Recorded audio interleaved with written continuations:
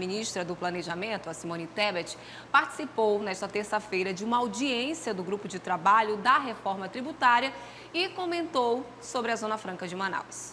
Igor Damasceno acompanhou tudo direto de Brasília e vai chegar com os detalhes ao vivo para a gente.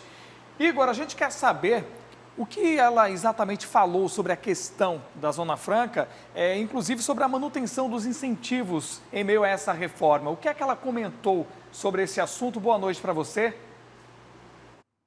Alex, a ministra do Planejamento e Orçamento, Simone Tebet, disse que o governo federal não quer prejudicar a Zona Franca de Manaus, além de outros polos industriais pelo país, viu?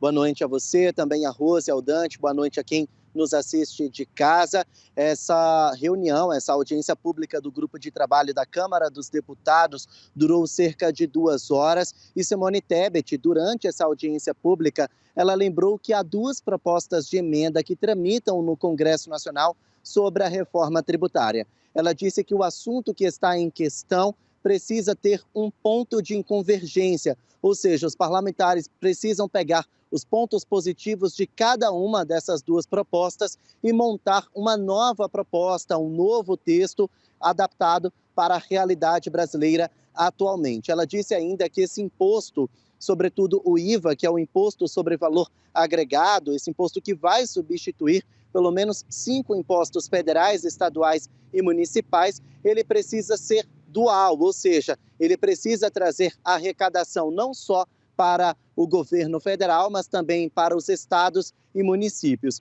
Ela disse ainda que boa parte dos estados produzem muito e que há estados que não produzem tanto, mas que consomem bastante. Então, Simone Tebet, durante essa audiência pública, disse que essa arrecadação precisa ser justa, a divisão de valores precisa ser justa entre os estados, principalmente aqueles que produzem muito e aqueles que não produzem nem tanto, mas acabam consumindo bastante também. Como eu disse, Simone Tebet disse que a Zona Franca de Manaus é uma prioridade na discussão da reforma tributária, mas que o governo federal não vai se intrometer tanto nessa discussão, porque agora cabe ao Congresso Nacional analisar todas essas questões.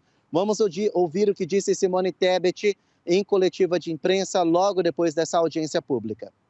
É preciso tributar no destino e não mais na origem, por todos os problemas fiscais, de guerra fiscal que geram, de distorções que geram, e é preciso unificar, simplificar a tributação brasileira, diminuindo os impostos. Então, dentro desse processo, nós entendemos que o Congresso Nacional é o foro competente para iniciar e encerrar qualquer discussão. Como é uma PEC, ela é promulgada, inclusive, pelo presidente do Congresso Nacional. Daí porque questões específicas de incentivos fiscais, como Super Simples, Zona Franca do Manaus, serão exaustivamente debatidos pelo Congresso Nacional. A informação que nós temos que, a princípio, esses 2 benefícios serão protegidos, portanto, continuarão tendo uma diferenciação que se refere à questão tributária.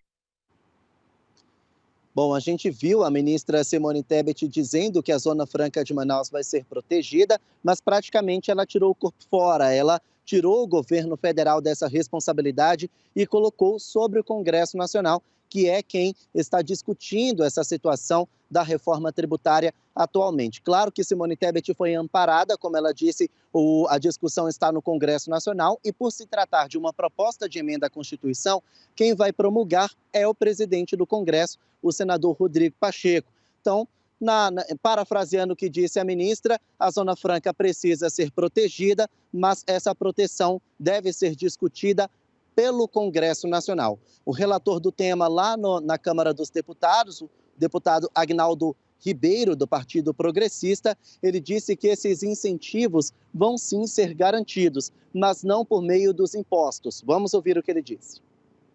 O IVA, na verdade, ou o IBS, o que nós estamos tratando aqui, de uma modernização tributária que, na verdade, acaba com a possibilidade de se ter incentivo fiscal via imposto.